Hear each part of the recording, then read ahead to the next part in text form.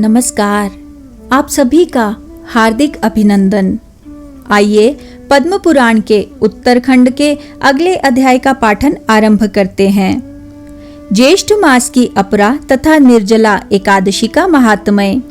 युधिष्ठिर ने पूछा, जनार्दन, ज्येष्ठ के कृष्ण पक्ष में किस नाम की एकादशी होती है? मैं उसका महात्म्य सुनना चाहता हूँ, उसे बताने की कृपा कीजिए। भगवान श्री कृष्ण बोले, राजन, तुमने संपूर्ण लोगों के हित के लिए बहुत उत्तम बात पूछी है। राजेंद्र, इस एकादशी का नाम अपरा है। यह बहुत पुण्य प्रदान करने वाली और बड़े बड़े पातकों का नाश करने वाली है। ब्रह्म हत्या से दबा हुआ, गोत्र की हत्या करने वाला, गर्भस्थ बालक को मारने वाला, पर निंदक तथा पर स्त्री लंपट पुरुष भी अपरा एकादशी के सेवन से निश्चय ही पाप रहित हो जाता है। जो झूठी गवाही देता, माप तोल में धोखा देता, बिना जाने ही नक्षत्रों की गणना करता और कूटनीति से आयुर्वेद का ज्ञाता बनकर वैद्य का काम करता है, ये सब नरक में निवास करने वाले प्राणी हैं। परंतु अपरा एकादशी के सेवन से ये भी पाप रहित हो जाते हैं।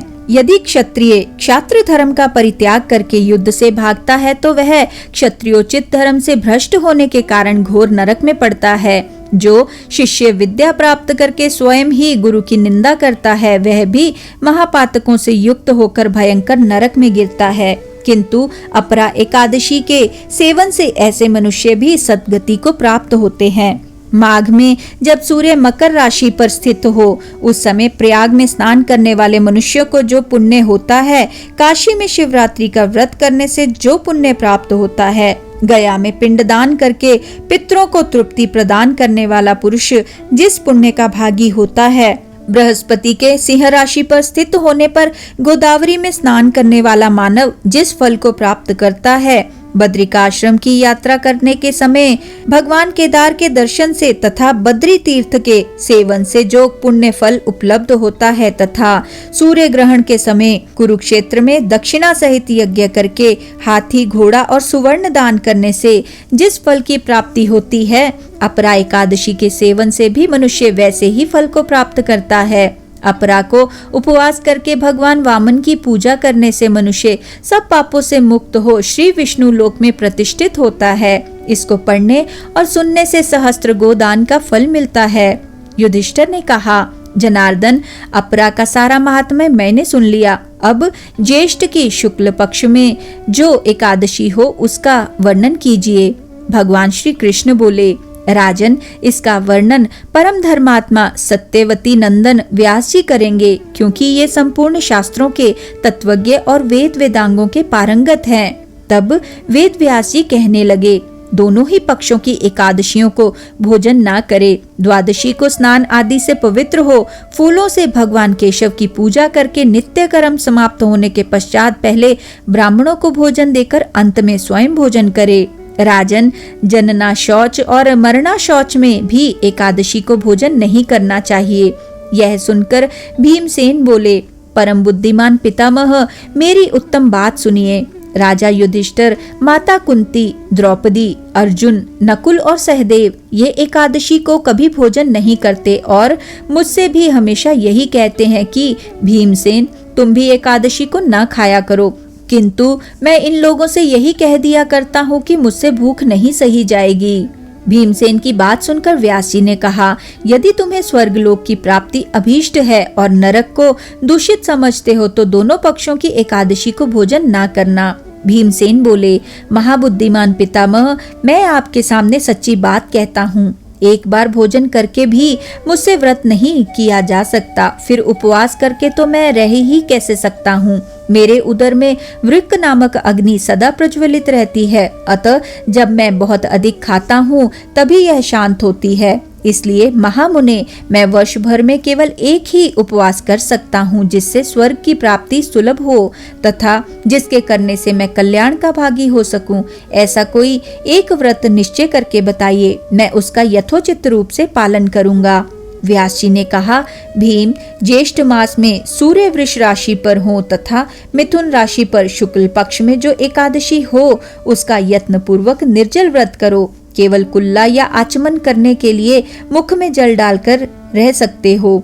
उसको छोड़कर और किसी प्रकार का जल विद्वान पुरुष मुख में ना डाले, अन्यथा व्रत भंग हो जाता है। एकादशी को सूर्योदय से लेकर दूसरे दिन के सूर्योदय तक मनुष्य जल का त्याग करे तो यह व्रत पूर्ण होता है। तदनंतर द्वादशी को निर्मल प्रभात काल में स्नान करके ब्राह्मणों को विधि पूर्वक जल और सुवर्ण का दान करे। इस प्रकार सब कार्य पूरा करके जितेंद्रिय पुरुष ब्राह्मणों के साथ भोजन करे। वर्ष भर में जितनी एकादशियां होती हैं, उन सब का फल निर्जला एकादशी के सेवन से मनुष्य प्राप्त कर लेता है। इसमें तनिक भी संदेह नहीं है। शंख चक्र और गदा धारण करने वाले भगवान केशव ने मुझसे कहा था कि यदि मानव सबको छोड़कर एकमात्र मेरी शरण में आ जाए और एकादशी को निराहार रहे तो वह सब पापों से छूट जाता है। एकादशी व्रत करने वाले पुरुष के पास विशालकाय विकराल आकृति और काले रंग वाले दंड पाशधारी भयंकर यमदूत नहीं जाते। अंतकाल में पीतांबरधारी सौम्य स्वभाव वाले, हाथ में सुदर्शन धारण करने वाले और मन के समान वेगशाली विष्णुदूत आकर इस वैष्णव पुरुष को भगवान विष्णु के धाम में ले जाते हैं। अतः निर्जला एकादशी को पूर्ण यत्न करके उपवास करना चाहिए। तुम भी सब पापों की शांति के लिए यत्न के साथ उपवास और श्री हरि का पूजन करो। स्त्री हो या पुरुष, यदि उसने मेरु पर्वत के बराबर भी महान पाप किया हो तो वह सब एकादशी के प्रभाव से भस्म हो जाता है। जो मनुष्य उस दिन जल के नियम का पालन करता है वह पुण्य का भागी होता है। उसे एक एक पहर में कोटि कोटि स्वर्ण मुद्रा दान करने का फल प्राप्त होता है। मनुष्य निर्जला एकादशी के दिन स्नान, दान, जप, होम आदि जो कुछ भी करता है वह सब अक्षय होता है। यह भगवान श्री कृष्ण का कथन है। निर्जला एकादशी को विधि पूर्वक उत्तम रीति से उपवास करके मानव वैष्णव पद को प्राप्त कर लेता है। जो मनुष्य एकादशी के दिन अन्न खाता है वह पाप भोजन करता है। इस लोक में वह चंडाल के समान है और मरने पर दुर्गति को प्राप्त होता है। जो ज्येष्ठ के शुक्ल पक्ष में एकादशी को उपवास करके दान देंगे वे परम पद को प्राप्त होंगे। जिन्होंने एकादशी को उपवास किया है वह ब्रह्म हत्यारे, शराबी, चोर तथा गुरुद्रोही होने पर भी सब पातकों से मुक्त हो जाते हैं। कुंती नंदन, निर्जला एकादशी के दिन श्रद्धालु स्त्री पुरुषों के लिए जो विशेष दान और कर्तव्य विहित हैं उसे सुनो। उस दिन जल में शयन करने वाले भगवान विष्णु का पूजन और जलमयी धेनु का दान करना चाहिए अथवा प्रत्यक्ष धेनु या घृतमयी धेनु का दान उचित है। पर्याप्त दक्षिणा और भांति भांति के मिष्टानों द्वारा यत्न पूर्वक ब्राह्मणों को संतुष्ट करना चाहिए। ऐसा करने से ब्राह्मण अवश्य संतुष्ट होते हैं और उनके संतुष्ट होने पर श्री हरि मोक्ष प्रदान करते हैं। जिन्होंने शम, दम और दान में प्रवृत्त हो श्री हरि की पूजा और रात्रि में जागरण करते हुए इस निर्जला एकादशी का व्रत किया है, उन्होंने अपने साथ ही बीती हुई 100 पीढ़ियों को और आने वाली 100 पीढ़ियों को भगवान वासुदेव के परम धाम में पहुंचा दिया है। निर्जला एकादशी के दिन अन्न, वस्त्र, गौ, जल, शैया, सुंदर आसन, कमंडल तथा छाता दान करने चाहिए। जो श्रेष्ठ एवं सुपात्र ब्राह्मण को जूता दान करता है वह सोने के विमान पर बैठकर स्वर्गलोक में प्रतिष्ठित होता है। जो इस एकादशी की महिमा को भक्ति पूर्वक सुनता तथा जो भक्ति पूर्वक उसका वर्णन करता है वे दोनों स्वर्गलोक में जाते हैं। चतुर्दशी युक्त अमावस्या को सूर्य ग्रहण के समय श्राद्ध करके मनुष्य जिस फल को प्राप्त करता है वही इसके श्रवण से भी प्राप्त होता है। पहले दंत धावन करके यह नियम लेना चाहिए कि मैं भगवान केशव की प्रसन्नता के लिए एकादशी को निराहार रहकर आचमन के सिवा दूसरे जल का भी त्याग करूंगा। द्वादशी को देव देवेश्वर भगवान विष्णु का पूजन करना चाहिए। गंध, धूप, पुष्प और सुंदर वस्त्र से विधि पूर्वक पूजन करके जल का घड़ा संकल्प करते हुए निम्नांकित मंत्र का उच्चारण करे। देव देव ऋषिकेश संसारार्ण वतारक उत्कुंभ प्रदानेन नये माम परमाम गतिम। अर्थात संसार सागर से तारने वाले देव देव ऋषिकेश, इस जल के घड़े का दान करने से आप मुझे परम गति की प्राप्ति कराइए। भीमसेन, ज्येष्ठ मास में शुक्ल पक्ष की जो शुभ एकादशी होती है उसका निर्जल व्रत करना चाहिए तथा उस दिन श्रेष्ठ ब्राह्मण को शक्कर के साथ जल के घड़े दान करने चाहिए।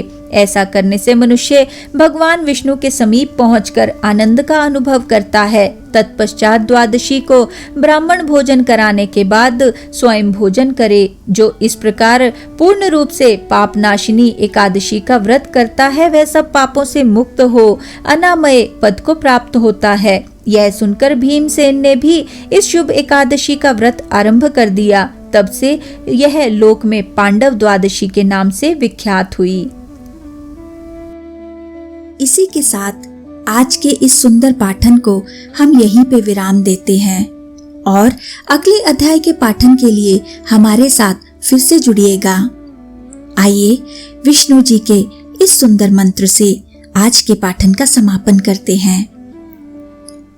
ओम नमो भगवते वासुदेवाय।